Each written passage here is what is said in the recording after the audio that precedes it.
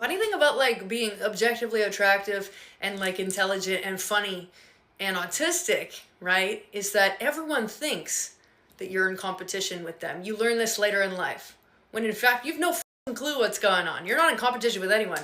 You're just trying to get through the day. But it is funny how people come to that conclusion. Hey ladies, welcome back to the channel.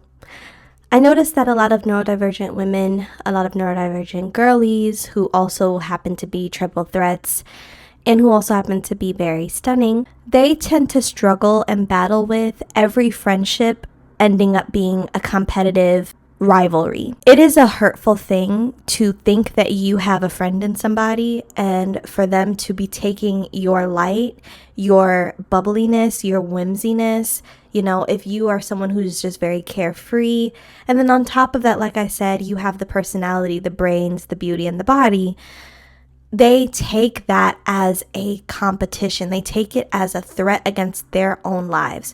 Why do they do this? Because neurodivergent women tend to be extremely optimistic. They tend to have a lot of joy and lead with a lot of joy and excitement, which is again very whimsical. They have a whimsical way of being, carefree. And some people will feel like, how dare she always be happy? How dare she smile all the time and have this bright light glowing all the time off of her when, look, stuff is crashing and burning around her. You know, not even just in her own personal life, but just in the world in general. Times are hard. We're going through this. We're going through that. We have this in our government. They cannot fathom still being able to show up happy, whimsy, still have your beauty, still have all your pretty privileges, and be content with life. I think a lot of neurodivergent women, we have just mastered our self-concept so much that nothing in the external world can affect us most of the time.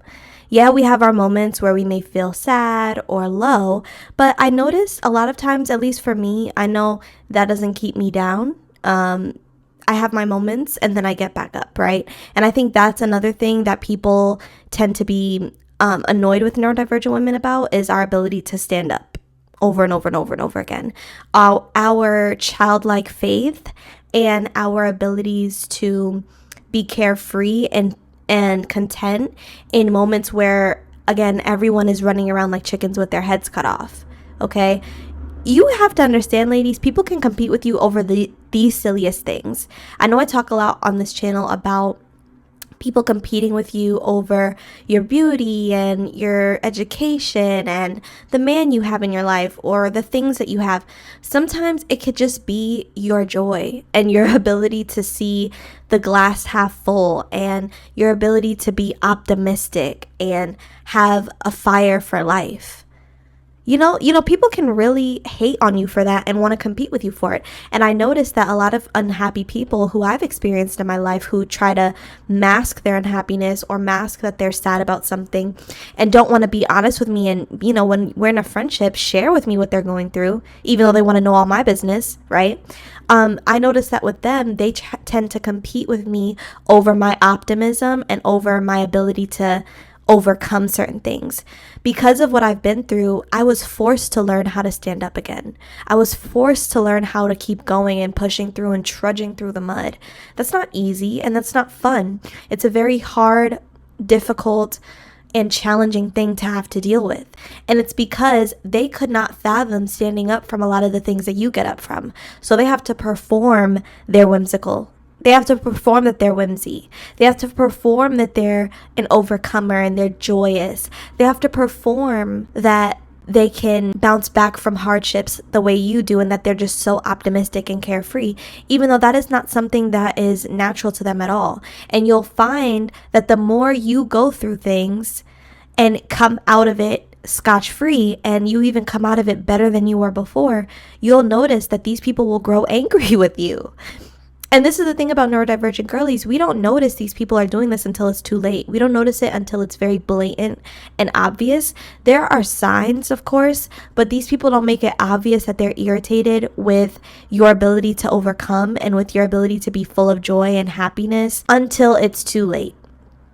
I.e., every time you share something that you went through and that you're now overcoming or that you've survived, these people now feel like they have to share with you something they just went through and something they overcame. Or whenever you ask them how they're doing, they never want to say, yeah, girl, I had a rough day yesterday. They always have to be like, oh, I'm fine. Everything's perfect. Yeah, everything's great. Even though maybe once upon a time you were an open book with them, now they feel like they can't be honest with you because your life just seems to be perfect.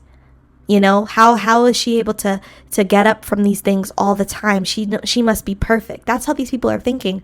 So instead of them being a friend back to you, they feel like they have to perform perfection because you seem perfect to them. It's all projection, ladies.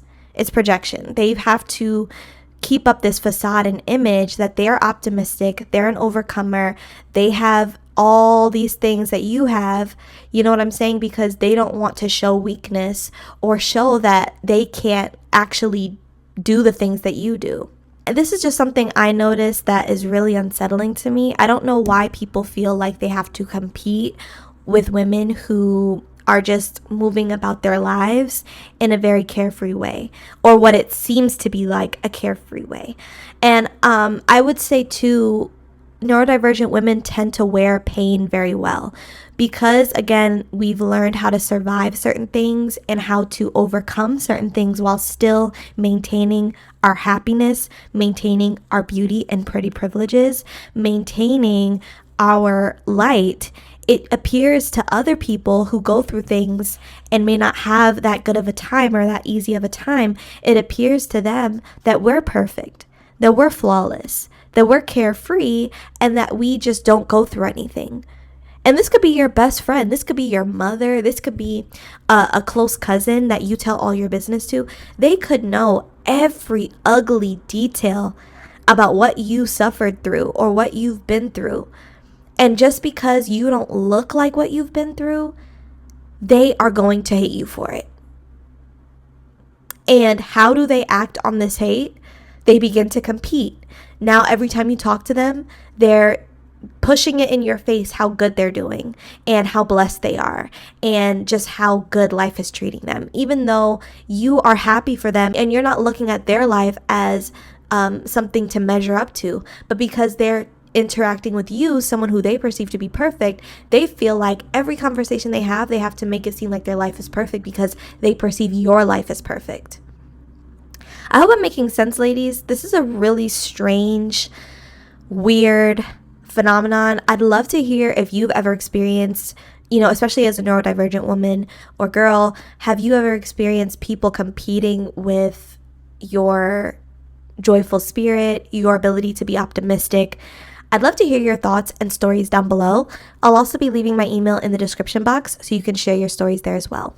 Have a lovely day, ladies.